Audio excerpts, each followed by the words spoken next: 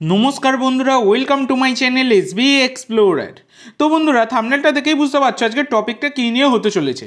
তো বন্ধুরা, বেশ কয়েকটি গুরুত্বপূর্ণ তথ্য তোমাদের সামনে তুলে ধরতে চলেছি। তো যারা চ্যানেলে প্রথমবার এসেছো, কিসের ওয়েট করছো, অবশ্যই সকলে একটা করে সাবস্ক্রাইব করে দিও। তো আজকে সকলে কিন্তু 36,000 সাবস্ক্রাইবার পূর্ণ করে দিও, এইটা কিন্তু সকলের কাছে আমার রিকোয়েস্ট রইল। তো বন্ধুরা, ভিডিওটা শুরু করবার আগে একটা ছোট্ট জিনিস তোমাদের সাথে শেয়ার করব, যেটা হচ্ছে আজকে সকালবেলা আমি কিন্তু ফার্স্ট ব্রেক করেছিলাম এই হুগো বুমোকে আনরেজিস্টার করিয়ে কাউকে রেজিস্টার করানোর খবরটা।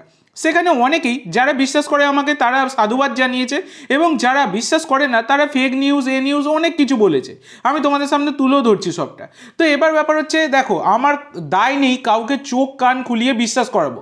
যার বিশ্বাস করার দরকার সে বিশ্বাস করবে, যার বিশ্বাস করার দরকার নেই বিশ্বাস করবার দরকার নেই। তবে সত্যি খবরকে জোর করে তো মিথ্যা প্রমাণ করা যায় না। আমি একটা ছোট চ্যানেল চালাচ্ছি বলে এখানে খবরগুলো সব মিথ্যে, আর যখনই কেউ ক্যামেরার সামনে মাসুম চেহারা আর মুখ নিয়ে বসে সেইটাকে এক্সপ্লেন করে দিচ্ছে, তার মানে তার খবরটা সত্যি, সেটা কখনোই হতে পারে না ভাই। তো এর আগেও তোমাদেরকে আমি জানিয়েছি যে আকাশ মিশ্রার কিন্তু 90% বলবো না, 99.9% ডিল কনফার্ম হয়ে গিয়েছিল, কিন্তু শেষ মুহূর্তে মোহনবাগান ম্যানেজমেন্ট তাকে দলে নেয়নি। তো সেটা কি আমার দোষ ছিল? সেটা তো ম্যানেজমেন্ট যদি না নেয় সেটা আমি কি করব? আমি যা খবর পেয়েছি আমি তোমাদের সাথে শেয়ার করেছিলাম। আর এদিকে কিছুই না আগে জুনিয়র মোরেনোর কেসটা দেখো, জুনিয়র মোরেনোকে কিন্তু নেবার কথা ছিল মোহনবাগানের, কিন্তু মোহনবাগান তাকে নেয়নি। এবং আমার খবরটা যে মিথ্যে ছিল না তার প্রমাণও কিন্তু আমি সেদিনের ভিডিওতে দিয়েছিলাম। কলম্বিয়ান জার্নালিস্ট তিনি কিন্তু দাবি করেছিল যে হ্যাঁ, মোহনবাগানের সাথে কথাবার্তা বলেছিল জুনিয়র মোরেনো। এবার শেষ মুহূর্তে ম্যানেজমেন্ট যদি নেয় সেইটা তো আমার দোষ নয়। আমি তো আর প্লেয়ারকে বলতে পারি না বা ম্যানেজমেন্টকে বলতে পারি না, এ ভাই তোরা সাইন করা, নাহলে লোকে আমাকে বলবে তুই ফেক নিউজ দিচ্ছিস। সেটা তো আমার বলার ক্ষমতা নেই ম্যানেজমেন্টকে। তো সেক্ষেত্রে এইগুলো যদি না হয়, সেটা কি আমার দোষ? তো দেখো, ফেক নিউজ কোনোটাই নয়। যেটুকু নিউজ পাই আমি তোমাদের সাথে শেয়ার করবার চেষ্টা করি। যেগুলো আমার পুরনো সাবস্ক্রাইবার আছো তারা সবটাই জানো। এবার যাদের মনে হয় যে না আমি ফেক নিউজ দিচ্ছি, তো তাদের জন্য তো কিছু বলার নেই, তারা আসতে পারো ভাই। তোমরা বেকার কেন নেট খরচা করে ভিডিও দেখবে যেখানে আমি ফেক নিউজ দিচ্ছি?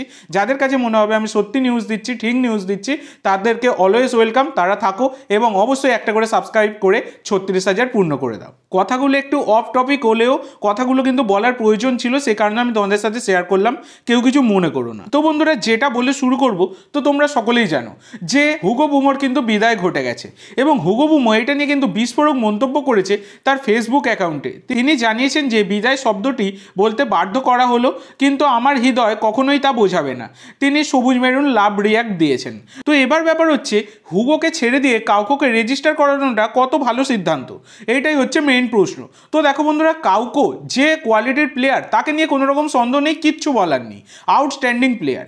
কিন্তু ব্যাপার হচ্ছে তিনি অনেক দিন মাঠের বাইরে, তিনি চোট থেকে সবে ফিরছেন। সেক্ষেত্রে একজন ফিট প্লেয়ারকে ছেড়ে দেওয়াটা কি সঠিক সিদ্ধান্ত হলো? কাউকে অবশ্যই দরকার ছিল এই টিমে, কাউকোর মতো প্লেয়ারও দরকার ছিল, কিন্তু তার বদলে জেসন কামিন্সকে আনরেজিস্টার করানোটা উচিত ছিল। কারণ জেসন কামিন্স দলে থাকাও যা না থাকারও সমান, একই, মানে কোনো কাজের নয়, কোনো কমের নয়। তার থেকে তো হুগোর কোয়ালিটি অনেক বেটার, হুগো অনেক ভালো পারফরমেন্স দিয়েছে। আর এইদিকে তোমরা যদি দেখো, তাহলে আগের সিজনে মোহনবাগান ম্যানেজমেন্ট কোনো রকম স্ট্রাইকারই নেয়নি। এই সিজনে দুখানা স্ট্রাইকার নিল, এবং দুখানা স্ট্রাইকারই মানে একদমই ভালো নয় বলা যায়, মানে অপাত্রে কন্যাদান যাকে বলা হয় সেই রকম দুখানা স্ট্রাইকার। তো কোনো কাজেরই নয়। তবু সাদিকও একটু হলেও ট্রাই করে দলকে জেতানোর, এবং চেষ্টাও করে গোল করবার, কিন্তু জেসন কামিন্সের মধ্যে সেই লক্ষণগুলো দেখা যায় না। আর হুগো বুমো তিনি একজনই প্লেয়ার যিনি মোহনবাগান টানা 3টে ম্যাচ হারার পর তিনি ভেঙে পড়েছিলেন, মাঠের সাইড লাইনে বসে তিনি কিন্তু কাঁদছিলেন। এবং বাদবাকি প্লেয়াররা কি করছিলেন, অন্য বিদেশিরা, বিশেষ করে জেসন কামিন্স, তিনি টিকিটের খোঁজ করছিলেন, থাইল্যান্ড, ব্যাংকক, কোথায় না কোথায় ঘুরতে যাবেন। আমি জাস্ট তোমাদেরকে বলছি। তো তাদের মধ্যে সেই ইমোশনটা দেখা যায়নি যেটা হুগোর মধ্যে দেখা গিয়েছিল। তাহলে সেই হুগোকে কি ছাঁটাই করাটা এই মুহূর্তে খুব একটা সাধু কাজ হলো? সেটাই হচ্ছে কথা। অবশ্যই কাউকে দরকার ছিল। জেসন কামিন্সকে আনরেজিস্টার করিয়ে যদি কাউকে দলে আনা হতো, একদমই দলের ব্যালেন্সটা কিন্তু ঠিকঠাক থাকতো। কিন্তু একজন ফিট প্লেয়ারকে তাড়িয়ে দেওয়া এবং মাঝপথে, এবং যদি আবার কাউকে কোনো প্রবলেম ফেস করতে হয় কাউকে, তাহলে তখন কি হবে, এগুলো কিন্তু চিন্তাভাবনা করা উচিত ছিল। তো তোমাদের পার্সোনাল ওপিনিয়ন কি এই ব্যাপারগুলো নিয়ে অবশ্যই সকলে কমেন্ট করে জানিও। এরপর তোমরা অনেকেই জিজ্ঞাসা করছিলে যে জনি কাউকোর জার্সি নম্বর কত হবে। তো যেটুকু শুনতে পাচ্ছি বন্ধুরা, 8 নম্বর জার্সি কিন্তু জনি কাউকোকে দেওয়া হতে পারে। 10 নম্বর বা 8 নম্বরও দেওয়া হতে পারে। 10 নম্বরটা সম্ভবত নাও দেওয়া হতে পারে, 8 নম্বর দেওয়ারই চান্স বেশি। এবার দেখা যাক কি হয়। তো আজকের জন্য এইটুকু বন্ধুরা, ভিডিওটি ভালো লাগলে অবশ্যই লাইক করো, শেয়ার করো। আমার চ্যানেলে প্রথমবার এসে থাকলে চ্যানেলটি সাবস্ক্রাইব করো আর কমেন্ট করে জানাও ভিডিওটি কেমন লাগলো। ধন্যবাদ।